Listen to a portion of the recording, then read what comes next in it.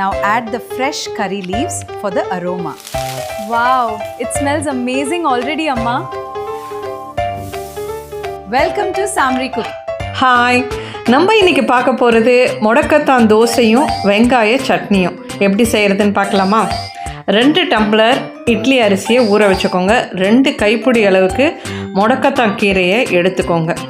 3 மணி நேரம் அரிசியை ஊற வச்சுருங்க. முடக்கத்தான் கீரையை நல்லா கழுவி அலசி அதையும் தனியாக எடுத்து வச்சுக்கோங்க. இப்போ ஒரு மிக்ஸி ஜாரில் அந்த முடக்கத்தான் கீரையை ஃபஸ்ட்டு போட்டுடுங்க.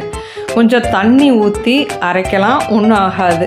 அதனால கொஞ்சமாக தண்ணி ஊற்றி நல்ல விழுதா மட்டும் அரைச்சிடுங்க. அரைச்சிங்கன்னா இந்த மாதிரி இருக்கும். இதுக்கப்புறமா நம்ம ஊற வச்சுருக்க அரிசியை தண்ணியை வடிச்சிட்டு அதோட சேர்த்துக்கோங்க.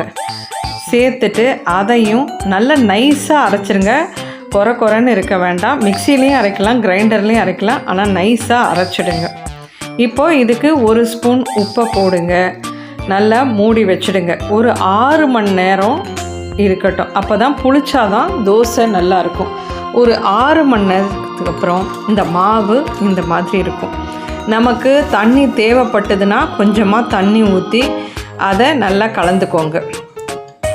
கலந்துக்கிட்டு கல் சூடானதுக்கப்புறம் நல்லா தோசையை போடுங்க. நல்லா இது மெல்லிஸாக இழுக்க வரும். அதனால நல்ல கல் பெருசுக்கு நல்ல தோசை ஊற்றுங்க. இப்போ 2 கப்பு மாவுக்கு இது மாதிரி ஒரு 10 தோசை ஊற்றலாம். 10-11 தோசை நமக்கு ஷியோராக வரும்.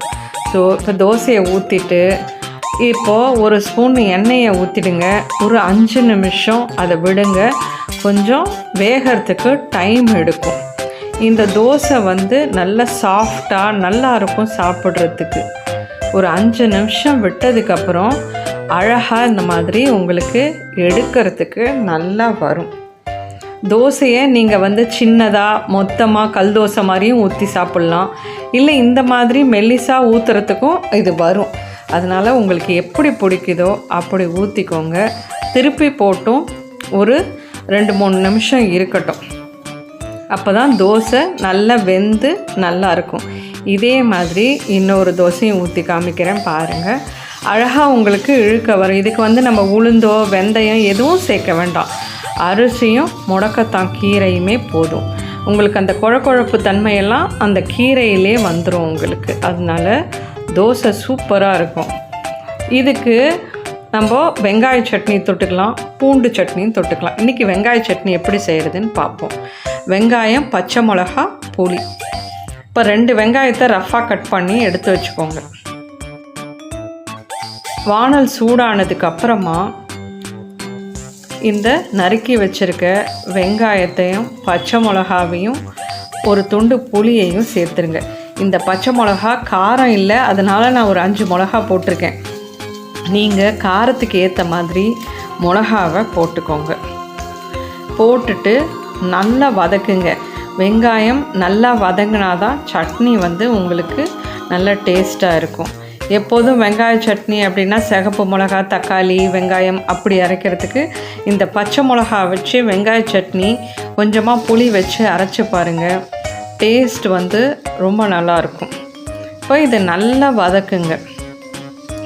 நல்லா வதங்கினதுக்கப்புறமா இந்த மாதிரி நல்லா வதங்கினா தான் டேஸ்ட்டு நல்லாயிருக்கும். அப்புறம் வெங்காய சட்னிக்கு தேவையான அளவுக்கு உப்பை போட்டுட்டு கலந்து விட்டுருங்க. அடுப்பை நிறுத்திடுங்க. அந்த சூடு ஆறுனதுக்கு அப்புறமா தான் நம்ம மிக்சியில் போட்டு அரைக்க போகிறோம். இப்போது மிக்சியில் போட்டு இதை நல்லா நைஸாக அரைச்சி எடுத்துருங்க.